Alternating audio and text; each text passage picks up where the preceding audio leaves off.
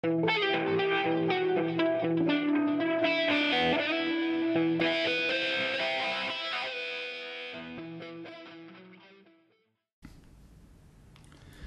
it's Bright here and welcome. Today I thought I'd try and tell you about the encounter that I've been talking about that I had on 29th of July 2012 with the Teal'hia. I did all of this before a few days ago when I wasn't feeling very good, and I had a look at it and unfortunately the lighting was really crap, so I thought I'd do it all over again. I haven't had too much sleep. I've had a difficult run with my tumours, so I thought I'd give this a shot anyway. Hopefully it will be okay. I'm here in my back room, the modelling area I use with my son, creaky table. Hopefully you won't hear it too much, and if it looks off centre, that's because the floor is uneven and does slope. Hopefully apart from all of that, I'll be able to convey what happened and you'll be able to follow. What I'm going to try and do today is something that I haven't done before. I'm going to try and read from some verbatim transcripts that I made from my regression sessions and also remember at the same time what happened. I've never done that, and it may not be easy because a lot of the emotional stuff might come up, and I'll be trying to remember visualizing at the same time while reading, and I'm not very good at doing more than one task at a time. I'm really a monotasker. I gave up on multitasking years ago. So I don't know if this will work, and I'm not sure if I'll stick to the same approach for the next video. But I had started listening to the sessions and realised that, I don't know, maybe there's 6 or 7 videos in this to try and convey what happened with this experience. What I might do is backtrack a little bit and just give you a bit of context as well. So some of you recall that I worked as a therapist for many years, and I used hypnotherapy sometimes with my clients, and there came a point where I decided that that might be useful for me to do. I was aware of a number of people who were using hypnotherapy for regression of alien experiences or supposed contact experiences, and I didn't feel comfortable with the people who are out there for various different reasons. And I thought, well, I use this in my day-to-day work, well, why not use it myself? So that's what I did.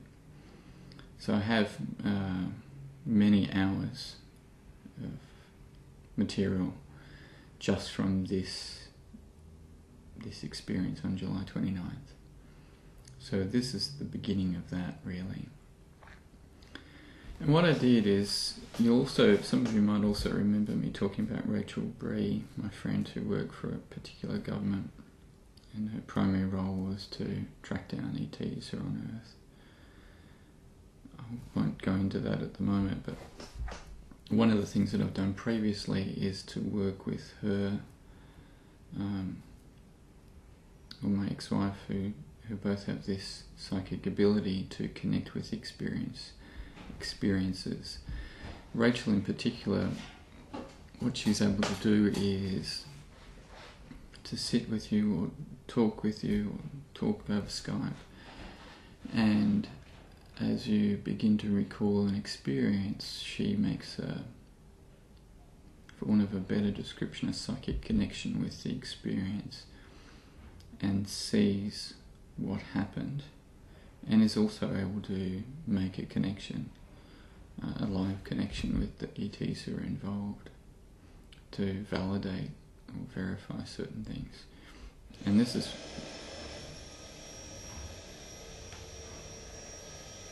my son did not tell me he was going to be vacuuming. That's right, we'll see if we can get by with the noise.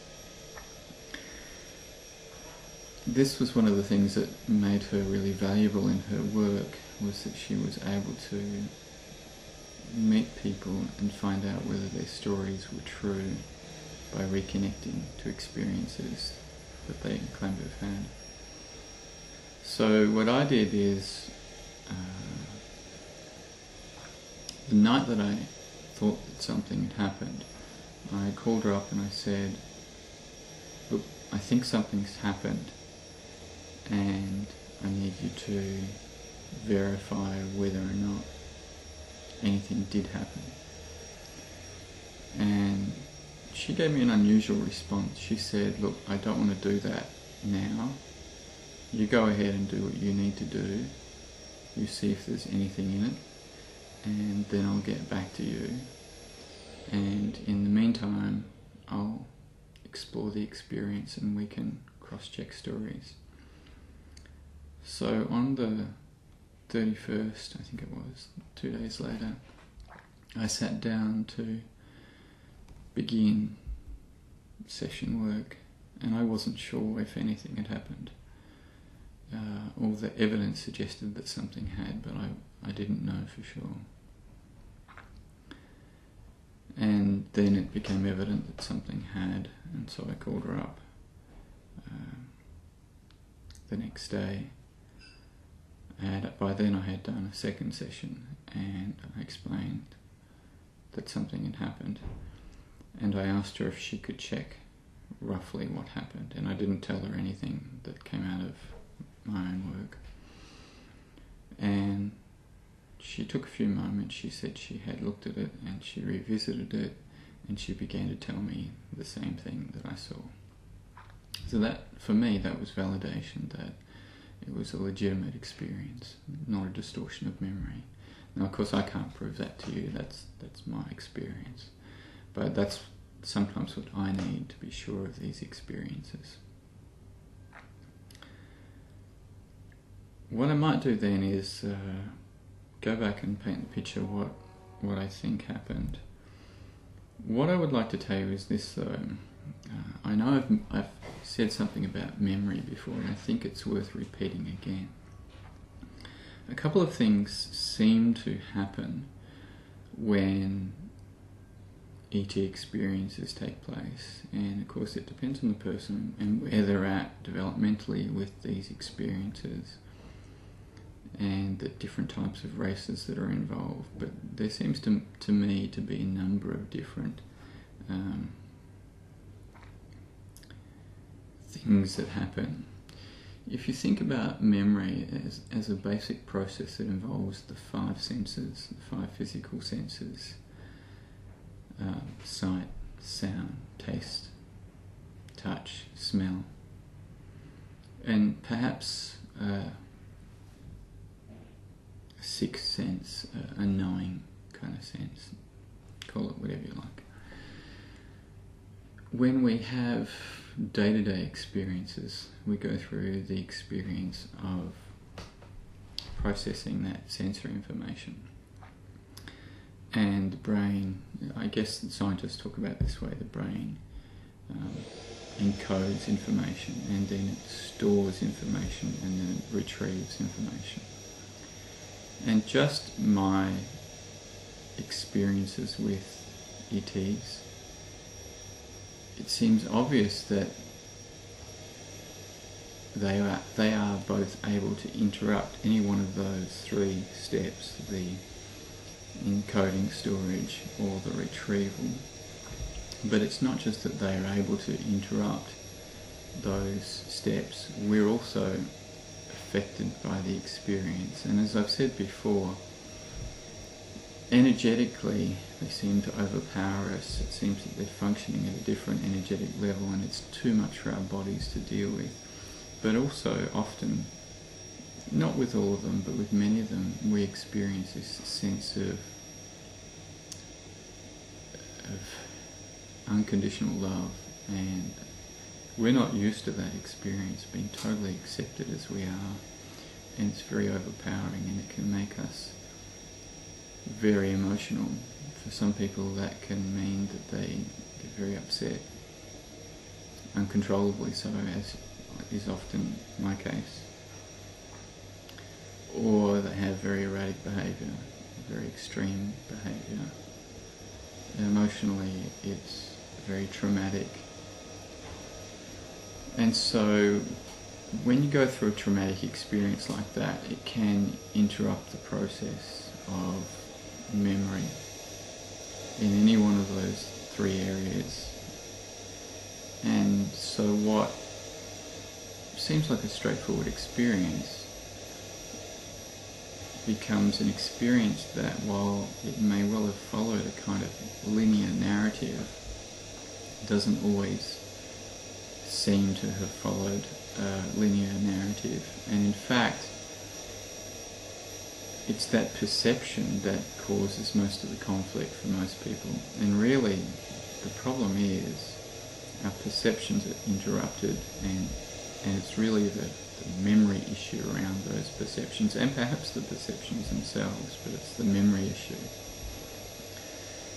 And I guess the way I understand it is there's two issues going on. One is we are physically being affected, and we are also emotionally being affected, and so that affects encoding, storage and retrieval. And the other thing is the ETs can choose consciously to interrupt any one of those processes. And so you might ask the question of, well, why would they do that?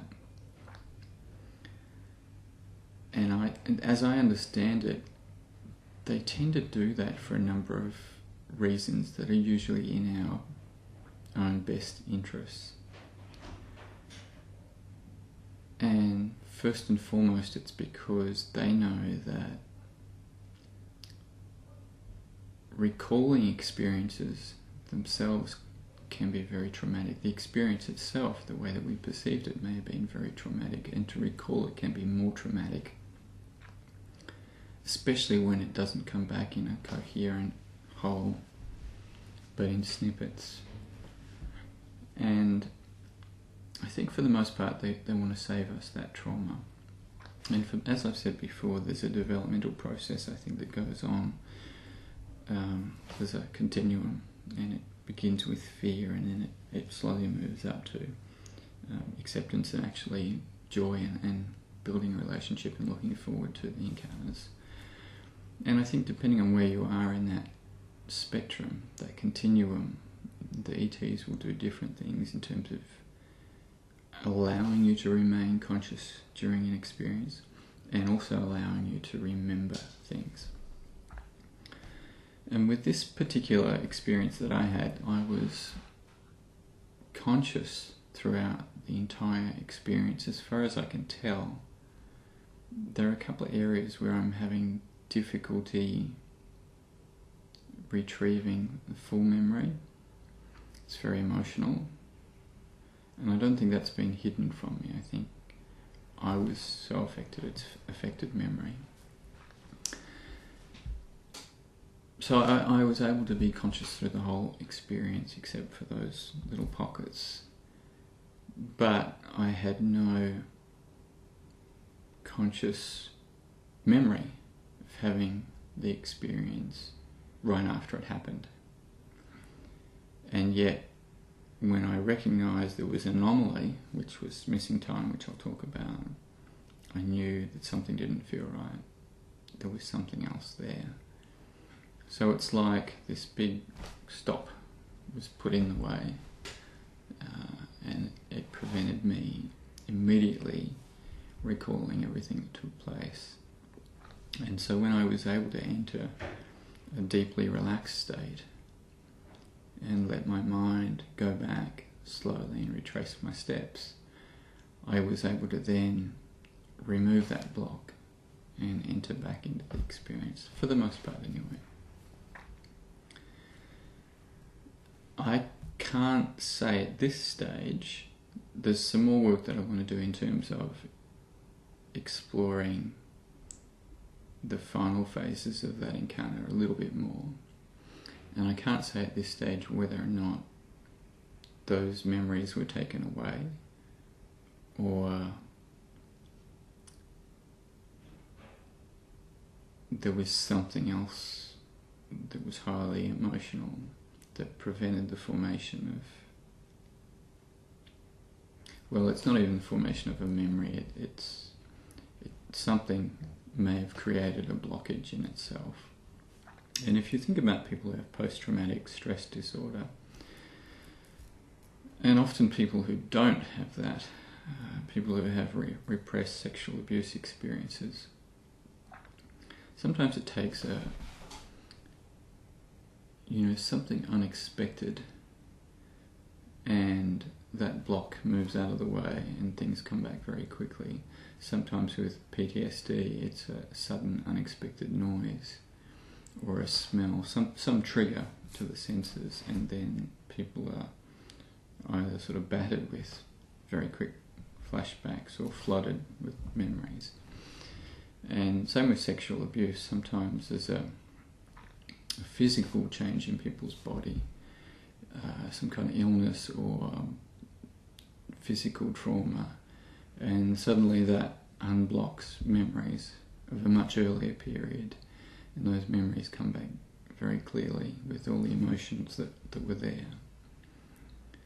So in those kinds of instances, we know that emotion itself, the trauma of the experience, has put a block in place.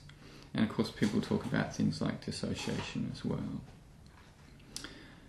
where it's literally like we separate ourselves into these different aspects. And we all have hundreds of aspects of self. Anyone interested in that, I suggest you look at Big Mind, Big Heart process, or voice dialogue, or even body dialogue. But in these kinds of experiences, these aspects of self are, well, additional aspects of self are created, and it's almost as if the self is divided. So there's one part that takes care of the traumatic experience, there's another part that has no awareness of it, and so that becomes the conscious self that goes ahead in time, while the other part still exists there in a subconscious way, I'm not even sure we can say repressed, but it's not clearly conscious, and so those things can come up. So the ET experience, the contact experience, is often a lot like that.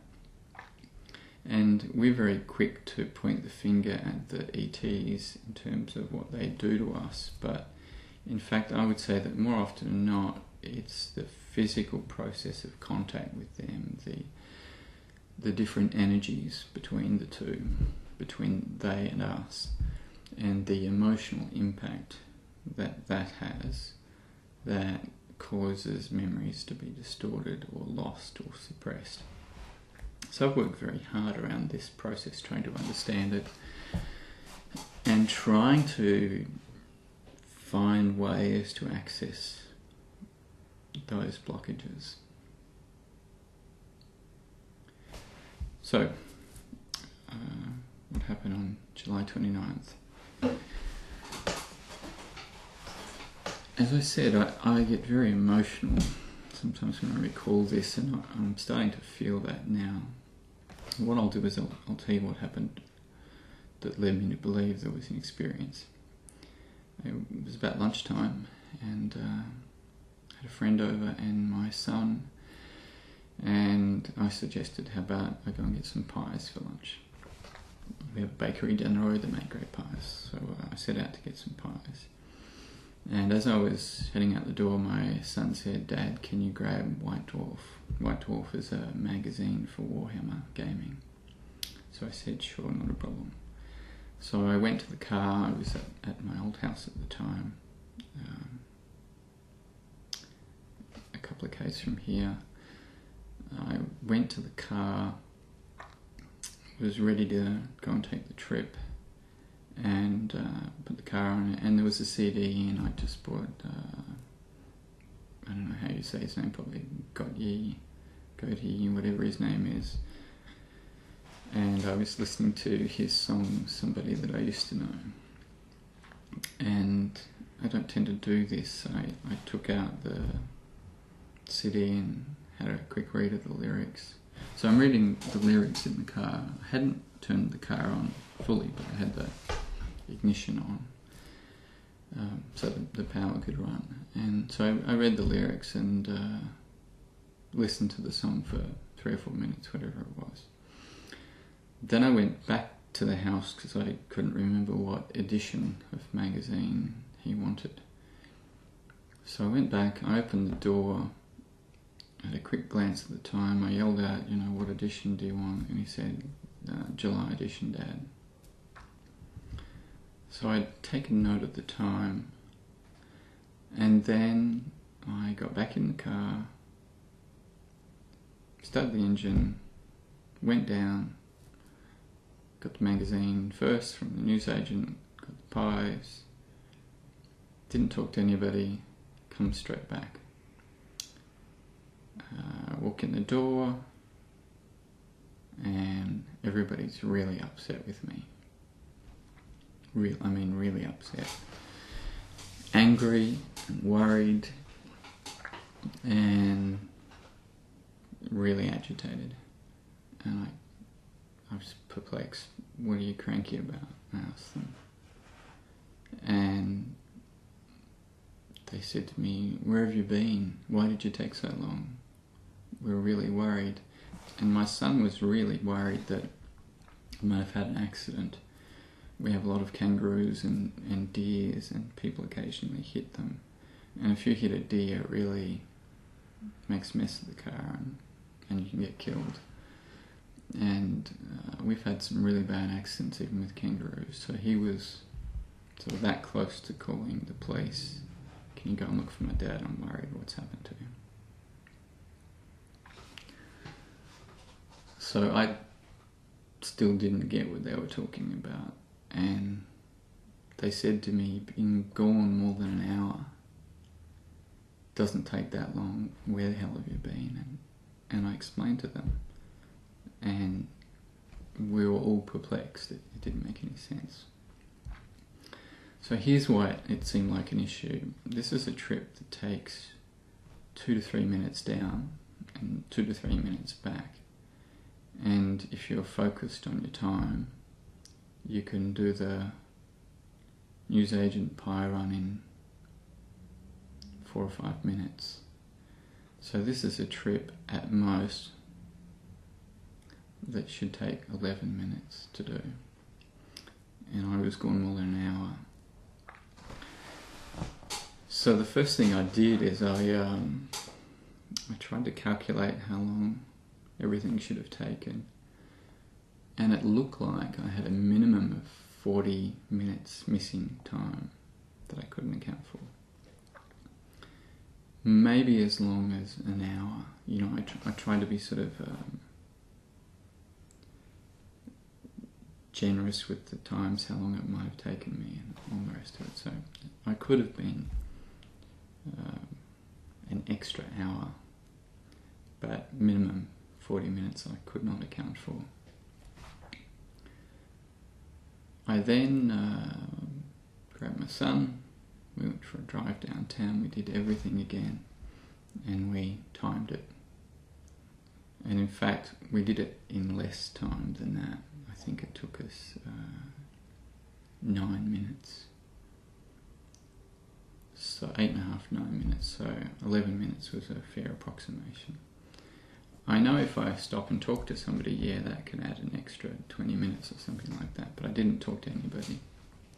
I just said hello and I paid for things, and that was it.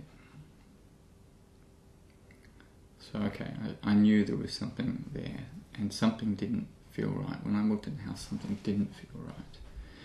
When I could see how agitated they were and I looked out the time, I was really uncomfortable knowing that something happened and I couldn't remember it. So that was the actual conscious experience. Now, I'm sure there are people out there who can argue, well, people have all kinds of states of disassociation, and maybe you drove down there and you sat in your car totally unaware. Then you got the things and came back unaware that you just wasted 40 minutes sitting in your car. Well, that would be a fair point, but you know, I don't have a habit of doing that. I've never done it before. And I can't understand why I would have done that. Now, I was conscious that before I left that I had listened to that song and read those lyrics. And then when I came in, I looked at the time. So when I did my calculations, my time went from then, that was after I listened to the song. So there was 40 minutes that I couldn't account for. So when I went back over the experience, I thought, what I had thought was that if something was going to come up, it was going to come up probably as I was driving down the road or coming back. I thought it was likely to have happened while I was driving. But what surprised me was that it didn't happen then. What actually happened, and so now what I'll try and do now is I'll try and read verbatim some of what happened and remember it, and I'm already feeling the discomfort. You know, the body locks all this feeling away, and when you go back through it, you feel it. So this may not be, this might not sound terribly coherent, but as I said, I'll give it a go for one video and see how it comes across, see if I can convey things this way. Perhaps by sharing some of the things that were said, you get a sense of the sort of nuances here in terms of how the ETs communicate, how they try to make you feel okay, and how it's a difficult process. It's not just, oh, there's an ET, oh, hello, I haven't seen you for a long time, take me up into your ship and let's go for a ride. You know, it's not like that at all. No matter how many times this has happened to me, every time it has an element of being traumatic. Not bad, but traumatic. You know, it's unexpected. I hadn't expected this experience per se. I mean, I'd had several months with lots of activity, and then this July where things were heating up. But I hadn't had the experience I'd had before where they told me they would come back at a certain time. I asked them when you'd come back. They told me when they would come back. Sometimes they'd give me a ballpark figure, sometimes it would be an exact date. I hadn't had that experience, so this was kind of unexpected. So I'll give it a crack anyway, and hopefully it will make sense. So what I discover is that you'll recall that I, after listening to the song, sitting in the car listening to the song, I went back down inside and asked my son what edition of the magazine he wanted. It was the July edition. And so what actually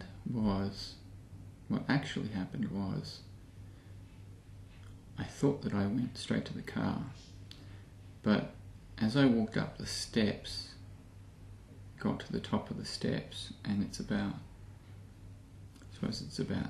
7 or 8 meters to the car, suddenly there was this yellow sparkly field everywhere. And when I recalled this, I remembered the same thing from other encounters. And then 3 entities appeared in the field, and they began walking towards me. One of them just took a step or two and stayed at the back between my new car and my old bomb. They were separated by 4 or 5 meters, so he's sort of in the area in the middle. So I guess maybe he's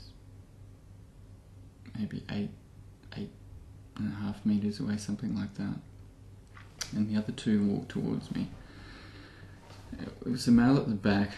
I don't know how I knew, but I just knew, and it was a male and a female that came up to me.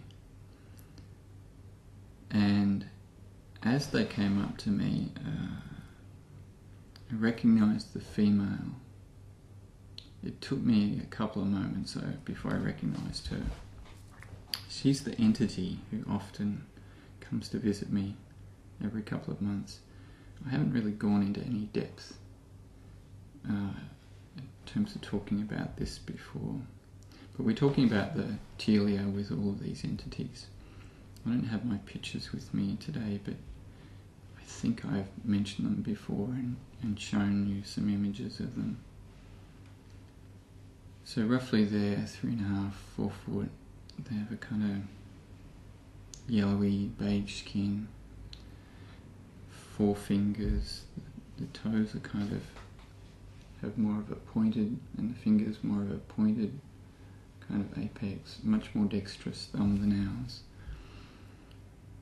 And it's different shape, and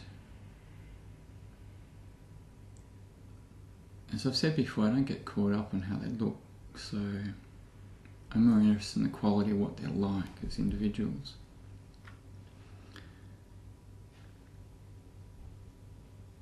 They mostly appear to be, I used to think they were totally hairless, but more often when I've gone back I see that there are some fine hairs, like very fine eyelashes, but you wouldn't notice unless you look close, and it's only because I remember looking at eyes that I noticed.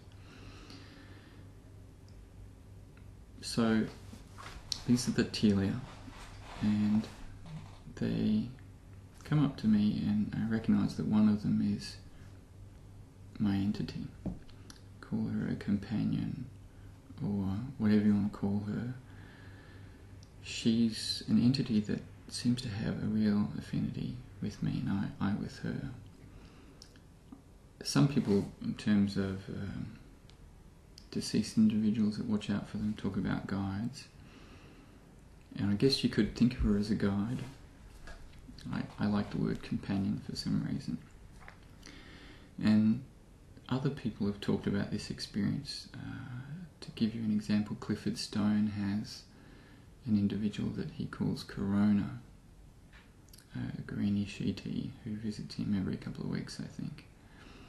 And it's interesting, I think Corona is also a place in New Mexico, which is where Clifford lives. I don't know if he lives in Corona. I think there might be an interesting link there. And my friend Rachel Bree, she has another entity who visits her sometimes weekly, sometimes every couple of weeks, and that entity has been with her since she was a very little girl, and I think that's the same with Clifford's entity too. And her entity has a very mundane human name that he chose from an animal that she liked. So my entity has a name. I'm not willing to say what that name is at this point, but I always feel very comforted in her presence. She seems to go out of her way to be really respectful and nurturing, I guess. And I think that the connection with her goes back a long way. If I could be honest, I think, as some people have said, the relationship with some of these ETs goes from cradle to grave. But I'd go further and say that it goes from lifetime to lifetime and in between. And I feel that I have that kind of relationship with her, that the lives that I've had before, she's been part of them. But I don't have the kind of relationship where she comes every day or every week. And I think there's 2 reasons for that. One, that they or she are busy, and 2, I'm probably not at that point where I could deal with contact every week, because as I've said, it's highly emotional and it can be very difficult. Anyway, I'll move on with things. I've got some new reading glasses. I have to wear them sometimes.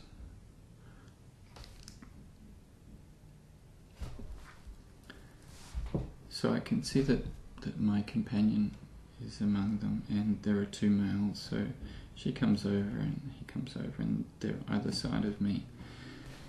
And I have, as soon as they've entered the field, I start to feel incredibly sick. In fact, I'd probably say that as soon as I see the yellow field, I start to feel sick. And she says to me, "Don't be afraid, Bright, we have come to visit you. And this sickness is getting really intense."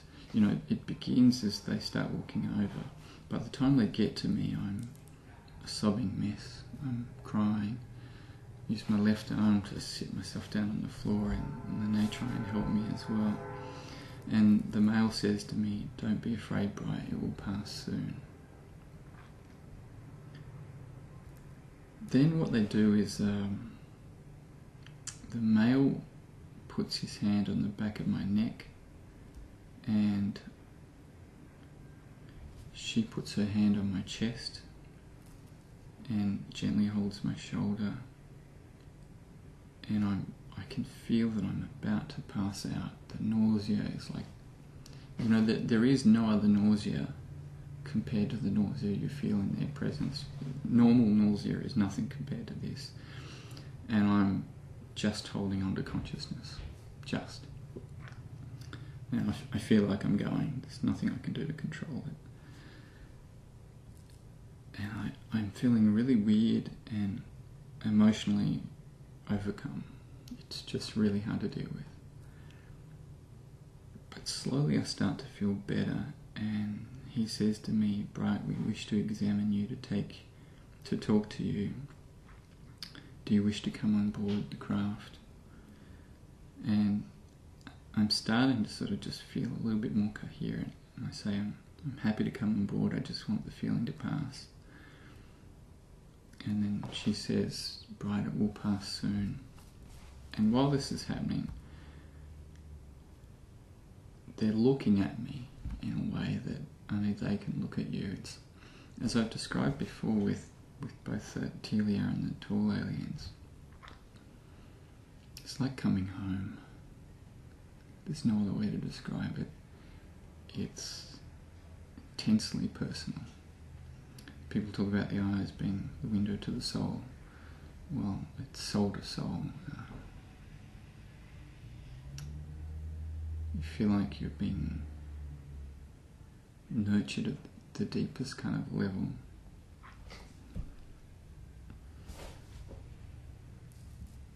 They slowly let their hands go, and then the female sits in front of me, and she takes hold of my hands. You must remember that she has small hands, and she takes hold of my hands and she looks into my eyes and says, "Know that we love you. We do not mean to make you suffer. It will pass soon, Bright. Do not be afraid." And I'm still crying, and I'm looking into her eyes,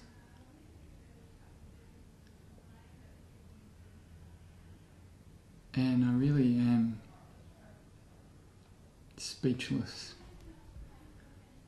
And it's then that I really noticed their eyes, which I'm not sure that I really paid attention to their eyes before, the way that I am now. And I think I've shown a drawing of them before, and as I've said, it's not finished and the eyes aren't right.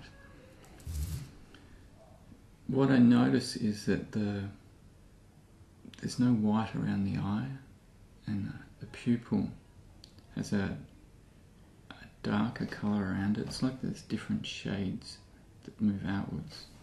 And the pupil kind of moves like a cat's eye. It's got that speed to it. Sort of dilates like that. And it responds very fast, and I'm sort of thinking that there's something about how this eye works that's telling me how sensitive they are. But I'm not really thinking, it's more that I'm engaged with her eyes, and I'm not caught up looking at the rest of the eye. I'm looking into the eye, into her, and I'm feeling this very deep connection. And then the male who's next to me, he goes over to the other male and they begin to talk. They're facing one another like this. They're talking. I can't hear them, but I know they're talking. And I suppose they're probably talking about how I am, or maybe what will happen next. I'm not sure why they're doing it this way, because I know they can talk without speaking as well, but that's what happens.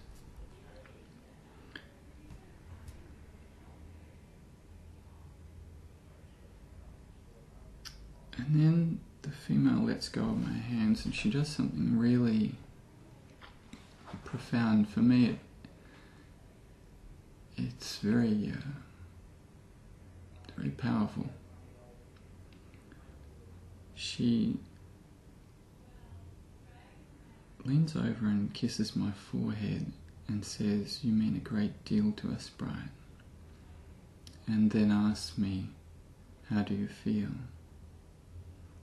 I say to her that I still feel sick, but I feel better. I still feel very weird and not my normal self, but I feel more clear-headed. And you might wonder, well, why did she ask me if they can feel everything? They know what you're feeling, they know what you're thinking. The thing is, they're very sensitive. They know that we humans need to express what we're feeling, what we're thinking. And so when you have a more developed relationship with them, where you're past the fear, I don't have fear, and I'm not afraid, although they're trying to comfort me. I'm overwhelmed, and that's very different to being fearful, the bad aliens are abducting me and they're going to hurt me. So in my case, they know that I need to communicate how I'm feeling, even though they can sense and they know what I'm feeling. It's kind of a sensitivity to what we are experiencing. So she helps me and I stand up, and then she says, "Are you ready to go?" She tells me, "You'll be back soon, so do not be afraid, do not worry." And then the male comes back over, the same male, and they both help me up and begin to walk me in the direction of the other one. And the third one has moved forward a little bit. And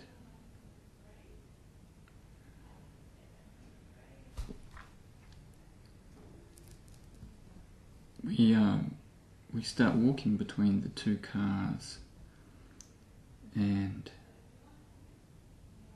then the third one turns around and says, we will leave now, Bright, if you're ready." And then suddenly the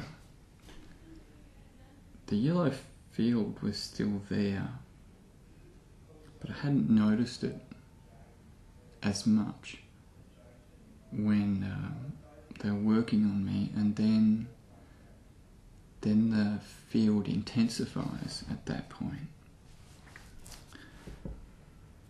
After he'd asked that question, and I suddenly feel really numb all through my body. It's after everything else, this is a really strange feeling. it's as if I've got no feeling, but at the same time everything is tingling, not just the ends or all of my body. And I can't see my surroundings anymore. I can't see the house, the cars, the trees. I can't see anything. It's all just disappeared. Just all I see is this light field and them with me. And then the light changes, it weakens again, and then I can see as the light's weakening that we're somewhere else. And the male says, "We're here now." And then he says, "Follow me and we will take you to where you can be comfortable, and then we will begin the examination and speak to you." So we start to walk through a curved corridor with smooth grey. It's hard describing this grey. It's sort of grey, silvery walls, absolutely smooth, nothing. And I guess we walk maybe, it's really hard to gauge distance.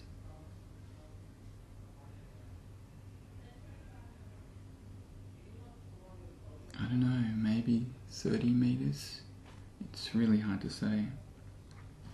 And we enter a room on the right, and it's brightly lit, and it's curved, and it's curving with the shape of the craft. I can tell that on the left is the outer part of the craft, and where we've gone in the right is somewhere in the middle. There's a table of sorts that is at one end on the left, and the third entity has gone to the back, and there's kind of like, as part of the wall, there's like this curved console. I don't even know if console is the right word, but it's sitting with its hands on this, what I'd call a console. It's doing something, I don't know what it's doing. When I approach the table, the tool with me, it automatically tilts 90 degrees to the floor. And so this is a table that picture this kind of white, everything seems white in this room. The table is like a picture a keel that comes up from the floor seamlessly into this table shape. You can tell that a person of some sort lies in it, and it has these sides that don't go all the way. They sort of seem to have a bit of a break in them, and then at the top and bottom. And so suddenly this table morphs into the upright position, and it's basically butting the floor. And I'm absolutely spellbound. I forget, every time I have an encounter, I forget what these sentient craft are like, and how you have these amorphous kind of movements of things within the craft. So what I'm seeing is the table. You would think that when something is going to morph, that mass has to come from somewhere to contribute to that. So for example, I'm sitting at a table here, that if an upright structure, say a pole, came out of the table, that there would be some sort of hole left behind, some sort of gap where the mass came out of. But it's not like that when you see this table move. I mean, the table doesn't have any joints, and the floor doesn't lose any mass.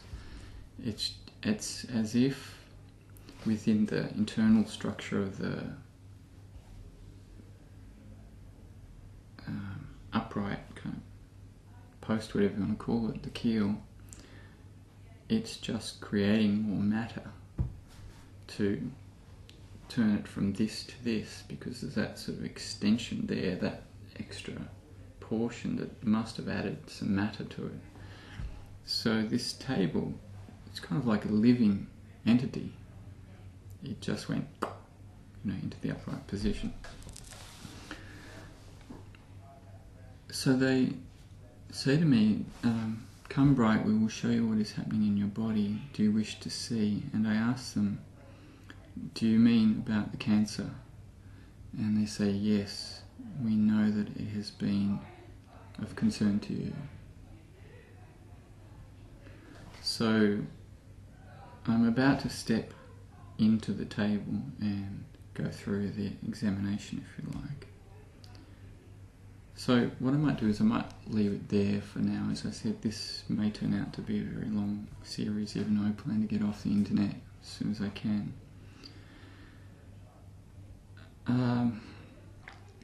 As I've said in previous videos, I'm not caught up in their technology, and I'm not caught up in how they look.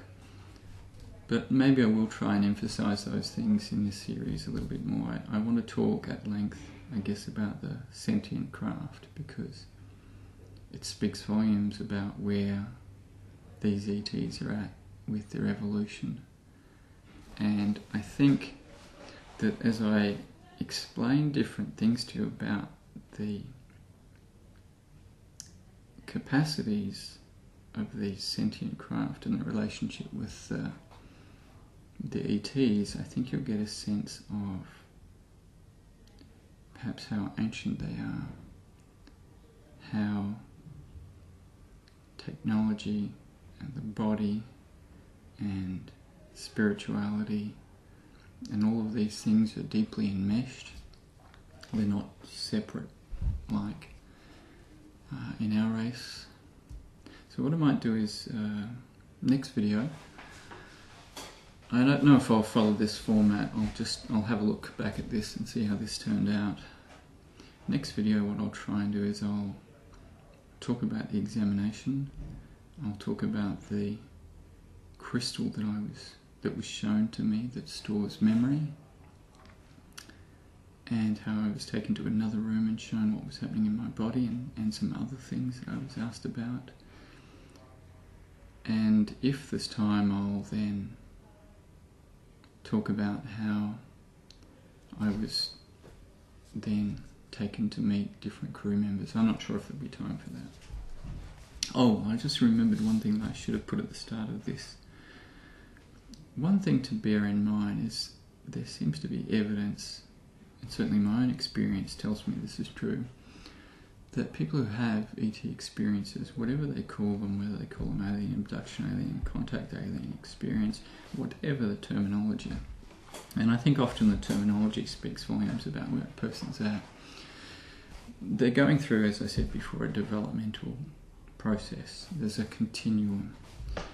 But on par with that continuum in terms of the person's development is differences in how the ETs interact with us.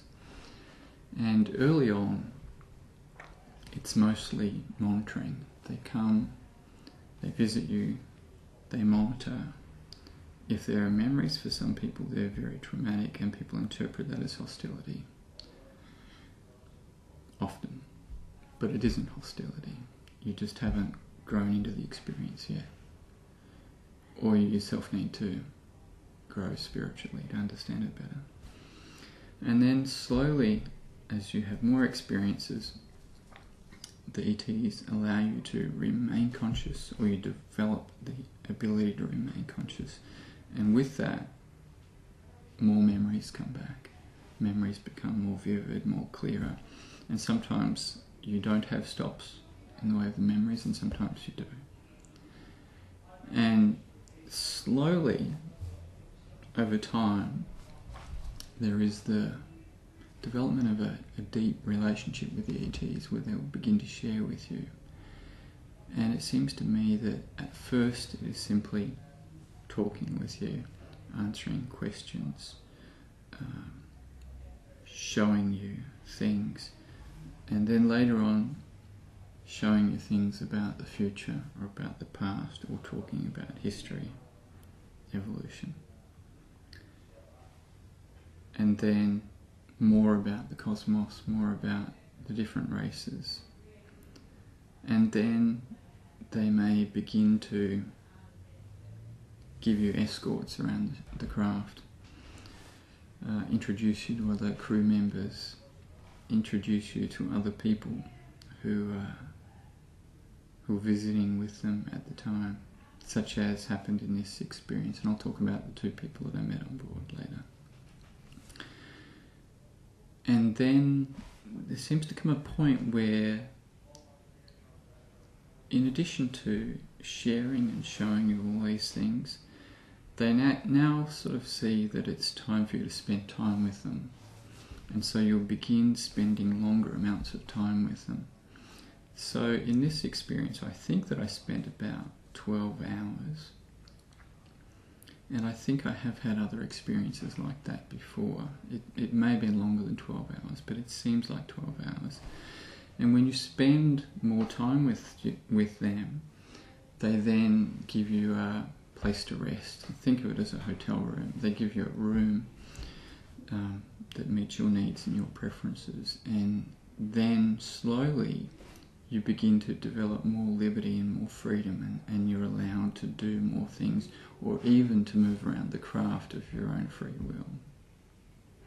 So there is this entire spectrum, and I know certainly there have been some people who probably, I don't know whether they moved through the whole continuum or whether it started early, but the ETs have offered them to come away with them.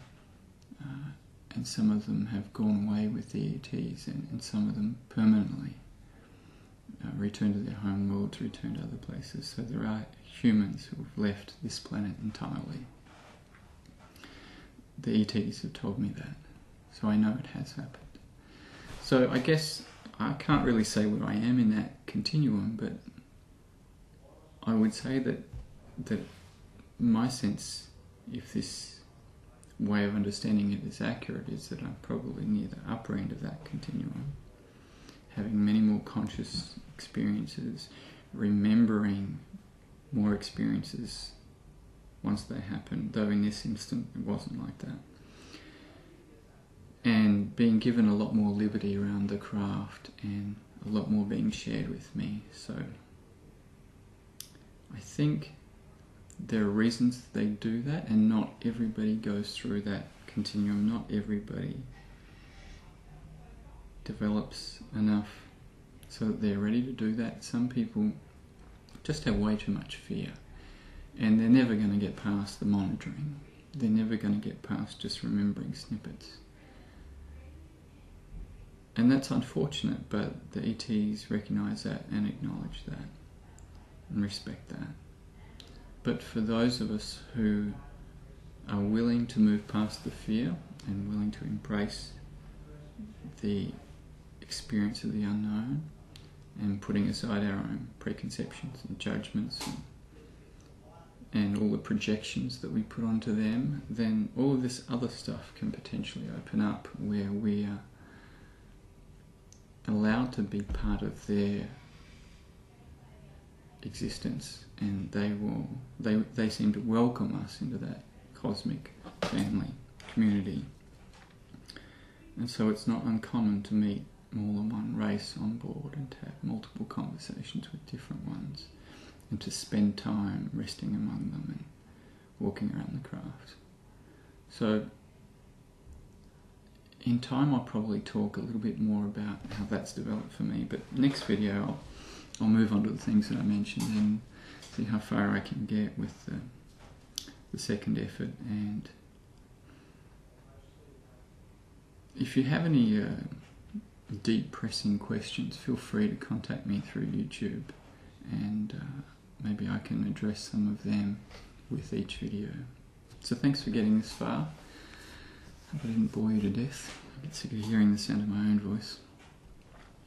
And thank you for enduring me being in the back room. My son is out there with his friends, and I have a neighbour who's over as well, so hopefully you didn't pick up on too much of that noise. And I will try and see you soon, rather than not too soon. Take care, and be happy and be well. Rock on.